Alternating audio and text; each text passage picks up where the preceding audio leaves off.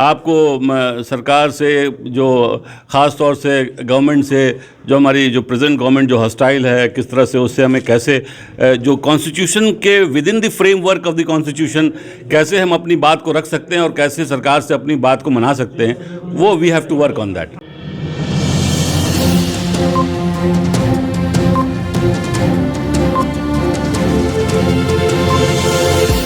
झूठ से दूर, खबरों से भरपूर। जय हिंद। आप देख रहे हैं वतन समाचार और मैं हूं Mohammad Ahmad. All India Muslim Majlis Mushawarat के सदारती इलेक्शन के नतीजों की घोषणा कर दी गई है।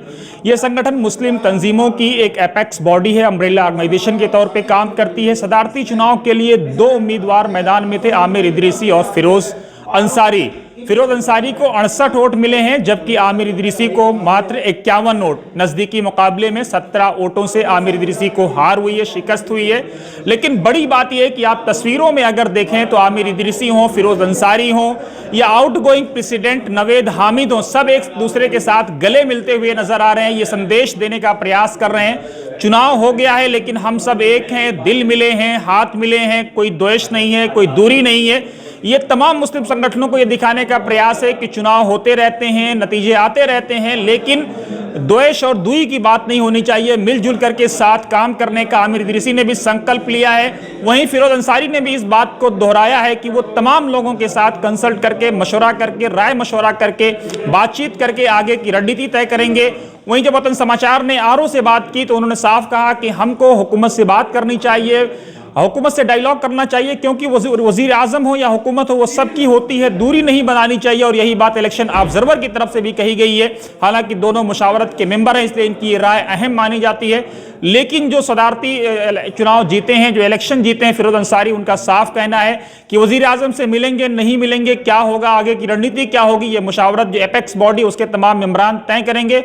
इस मौके पर हमने बातचीत की है आउटगोइंग प्रेसिडेंट से लेकर के इनकमिंग प्रेसिडेंट और साथ ही जो कंटेंडर जिनको हार हुई आमिर इदरीसी को, सबसे इलेक्शन ऑब्जर्वर से और लोगों से। आइए देखते हैं ये रिपोर्ट। मुशावरत जो नाम है, नेम इटसेल्फ इज़ इनफ। यहाँ मुशावरत की बात करना है, सबको मिल कर करके जो हमारा ख़ास तौर से माइनॉरिटीज़ और मुसलमानों के मसाइल हैं उसको किस तरह से हम लोग मिल कर करके सॉल्व कर सकते हैं, उस चीज़ों को कैसे हाईलाइट कर सकते हैं।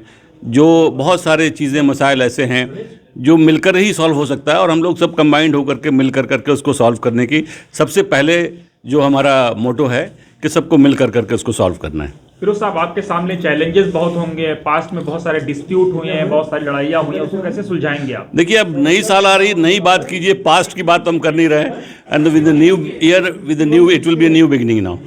क्या कुछ खास मुद्दे होंगे जिन पे आप एड्रेस करने की कोशिश करेंगे? देखिए, अभी तो आप देख रहे हैं कि जो बहुत सारे जो मसले हैं, आपको सरकार से जो ख़ास तौर से गवर्नमेंट से जो हमारी जो प्रेजेंट गवर्नमेंट जो हॉस्टाइल है, किस तरह से उससे हमें कैसे जो कॉन्स्टिट्यूशन के with in the framework of the constitution कैसे हम अपनी बात को रख सकते हैं और कैसे सरकार से अपनी बात को मना सकते हैं, वो we have to work on that. आखिरी सवाल, वजीर आजम से मुलाकात को लेकर के मुस्लिम संगठनों में बड़ा कशमकश सी बनी रहती है, पंच सा रहता है, क्या कहेंगे आप? ये तो मुशावरत की मीटिंग में डिसाइड होगा कि हम लोगों के आगे क्या करना है, किससे मिलना है, नहीं मिलना, क्या बात करना है, वो तो जॉइंटली कंबाइंड होकर हम आपस में डिस्कस करके बताएंगे। It was a family election, एक छोटा सा ग्रुप है, मुशावरत एक फैमिली है।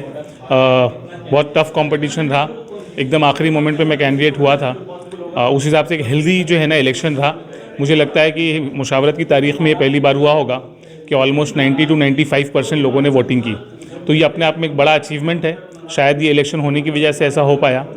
मुझे लगता है कि सारे मेंबर्स जिन्होंने वोट किया है और हम सब लोग जितने कैंडिडेट्स हैं, जो जीते हैं, जो हारे हैं, वो सब मिलके मुशावरत को आगे बढ़ाने के लिए, मुशावरत के मिशन को आगे बढ़ाने के लिए इसी तरह साथ काम करते रहेंगे इंशाल्लाह। आमिर साहब, आप आमिला का भी चुनाव हार गए हैं और प्रेसिडेंट का भी जी, उसके बाद कैसी रणनीति आप बनाएंगे आगे? नहीं, आमिला का तो चुनाव मतलब वो एक्चुअल में चुनाव नहीं था।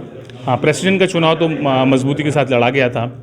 तो अब कोई रणनीति नहीं है। अब जो नई टीम चुनकर आ रही है, they will make this strategy, they will decide how to go about it, और उसमें हमारे जहाँ भी ताउन लगेगा वो हम करते रहेंगे इंशाल्लाह। मुशावरत कोई सियासी दंगल की जगह नहीं है। दो लोगों ने इंतखाब लड़ा, लोगों ने अपना आज़ादाना तौर के ऊपर अपना जो है राय का इजहार किया।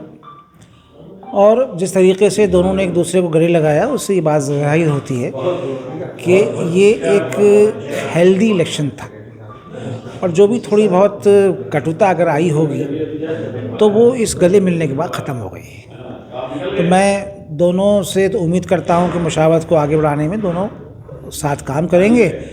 और फिरोज़ साहब के ऊपर ज़्यादा जिम्मेदारी है कि जिन लोगों ने उनके ऊपर एतमाद किया है वो इंशाअल्लाह मिल्लत का एक बड़ा अहम इदारा है। तो जिस तरीके से कुछ वेस्टेड इंटरेस्ट ने यहाँ पर रोल प्ले करने की कोशिश की थी तो उन तमाम लोगों की मनफी सियासत को अरकान मुशावरत ने मुस्तरद करके पूरी एक बड़ी तादाद में 87-88% लोगों ने वोट दिया और अपने नई टीम को मुंतखब किया। मैं तमाम मुंतखब होने वाले अफराद को मुबारकबाद देता हूँ। देखिए, जमहूरियत में कोई जीतता है कोई हारता है। फिरोज़ अंसारी साहब जीते हैं, उनको बहुत बहुत मुबारकबाद। बहरहाल मुशावरत बहुत ज़माने से ठंडा थी और इस इलेक्शन में जिस अंदाज से बड़ी तादाद में लोगों ने वोट किया है, यानी कि 139 वोटर में से 119 लोगों ने वोट किया है, इससे लोगों में मुशावरत का जो मेम्बरान है उनका इंटरेस्ट जागा है। ये एक खुशाइंद बात है, इसका खैर मकदम करना चाहिए और मैं फिरोज़ अंसारी साहब को मुबारकबाद पेश करता हूँ। ये कहना अभी क़ब्ल अज़ वक्त होगा, इसलिए कि एक बहुत बड़ी तंजीम जो मुशावरत से वाबस्ता थी वो उसने इलेक्शन में हिस्सा नहीं लिया। अब आगे उनका क्या रोल होता है ये इस पे डिपेंड करेगा कि मुशावरत का मुस्तक़बिल क्या होगा। तस्लीम साहब, आप खुद सदर के उम्मीदवार थे, आपका पर्चा खारिज हो गया था। जी हाँ, बिल्कुल पर्चा खारिज हुआ था मेरा और मुझे हैरत है कि मेरा पर्चा खारिज हो गया था। लेकिन इसके बावजूद पर्चा खारिज होने के बाद भी मैं घर नहीं बैठा और मुशावरत के वसीतर मफाद में इस इलेक्शन में भरपूर हिस्सा लिया और कोशिश की कि निज़ाम बदले ताकि मुशावरत से जो लोग नाराज़ हैं वो भी मुशावरत में आके एक एक्टिव रोल इस उम्मत के लिए प्ले करें। देखिए, सब लोगों ने हिम्मत के साथ में और बड़े ईमानदारी के साथ में हम लोगों ने भी पूरी कोशिश करी कि इसको इलेक्शन को ईमानदारी के साथ कराएं। और हमने ये कहा कि भाई ये तो फैसला अल्लाह के हाथ में है, जो भी होगा। अब कुछ लोग अगर बाइकआउट कर रहे हैं तो हमने तो चाहा ये है कि सब के सब लोग इसमें हिस्सा लें, लेकिन अब इत्तेफाक की बात है, सबके अपने अपने पर्सनल मसाइल हैं। उन्होंने कुछ लोगों ने फैसला किया कि हम वोट ना दें, लेकिन अल्हम्दुलिल्लाह अल्लाह का लाख लाख करम यह है कि बहुत अच्छी तादाद में यहाँ वोटिंग हुई और आप देखिए उसका रिज़ल्ट भी आपके सामने ही है। जो फाइट थी बहुत टफ रही आपस में और बहुत अच्छा रहा। बाकी सब अल्लाह के हाथ में है, अल्लाह बेहतर करे। आगे मुशावरत को लेकर के, जो कि आप मुशावरत के मेंबर भी हैं, आगे क्या रणनीति बनाएंगे आप लोग? भाई देखिए, ऐसा है कि जो भी अब प्रेसिडेंट नए आए हैं तो जो गवर्नमेंट के का जो फेवर करके गवर्नमेंट का हम सपोर्ट लेना चाहते हैं, अपनी प्रॉब्लम्स हम गवर्नमेंट के सामने रखें, ये लोग भी रखें। और मैं समझता हूँ कि गवर्नमेंट ऐसी बात नहीं है कि हमारी बात ना सुने। अगर हम बहुत संभाल के सही तरीके से बात को सामने रखते हैं तो गवर्नमेंट भी सुनेगी और हमारे काम भी होंगे, ऐसी बात नहीं है। साहब, आखिरी सवाल, मुस्लिम संगठनों में और मुशावरत में भी प्राइम मिनिस्टर को मिलने को लेकर के बड़ी कशमकश सी बनी रहती है, शशुपन सा रहता है, कोई फाइनल राय नहीं बन पाती। देखिए, ऐसा है, प्राइम मिनिस्टर तो हमारे सबके हैं और हमें अपने प्राइम मिनिस्टर से मिलना चाहिए।